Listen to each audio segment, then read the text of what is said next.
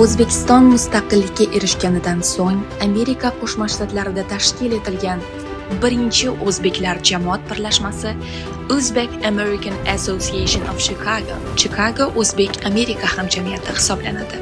Hamjamiyat 2009-yilda tashkil topgan bo'lib, bugungi kunda Chikagodagi minglab vatandoshlarimizni birlashtirib kelmoqda. Hozirda hamjamiyat o'z binosiga ega. Hamjamiyatning asosiy maqsadi xorijdagi vatandoshlarimizni birlashtirish, o'zbek tili, dini, madaniyati va milliy qadriyatlarimizni asrab-avaylash, yosh avlodga ona tilimiz, milliy o'zligimizni va vatanga bo'lgan muhabbatni yetkazishdir. Hamjamiyat faoliyati davomida madaniy, ta'limiy va ijtimoiy loyihalarni muntazam ravishda amalga oshirib kelmoqda. 2025-yil davomida Chicago O'zbek Amerika hamjamiyati tomonidan bolalar uchun o'zbek tili va madaniyati bo'yicha yakshanba maktabi doimiy ravishda faoliyat yuritdi. Mashg'ulotlar davomida bolalar o'zbek tilida o'qish va yozishni, xalq ertaklari va tarixini, milliy urf-odat va qadriyatlarimizni o'rganishdi.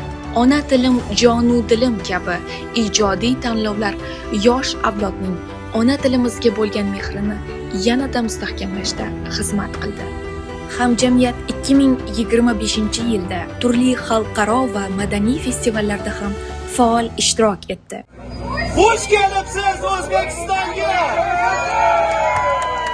Welcome to Uzbekistan, ancient land between east and west on the crossroads of a Silk Road. Thank you! Ushbu tadbirlarda o'zbek xalqining boy tarixi, milliy liboslarimiz, an'anaviy taomlar, xalq qo'shiqlari va raqslari keng jamoatchilik e'tiboriga namoyish etildi. Bu orqali o'zbek madaniyati xorijda tanitildi va turli millat vakillari bilan madaniy muloqot mustahkamlandi.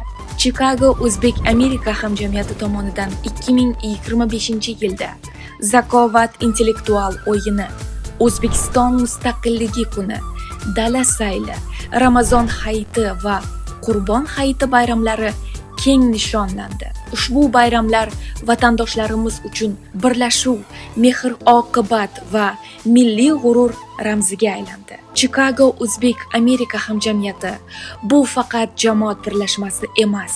Bu xorijdagi o'zbeklarning birdamligi, milliy o'zligini saqlash va kelajak avlodga yetkazish yo'lidagi mustahkam ko'prikdir. Biz kelgusida ham o'zbek tili va madaniyatini targ'ib qilish, vatandoshlarimizni birlashtirish va O'zbekistonning ijobiy qiyofasini dunyoga tanitishda faoliyatimizni davom ettiramiz.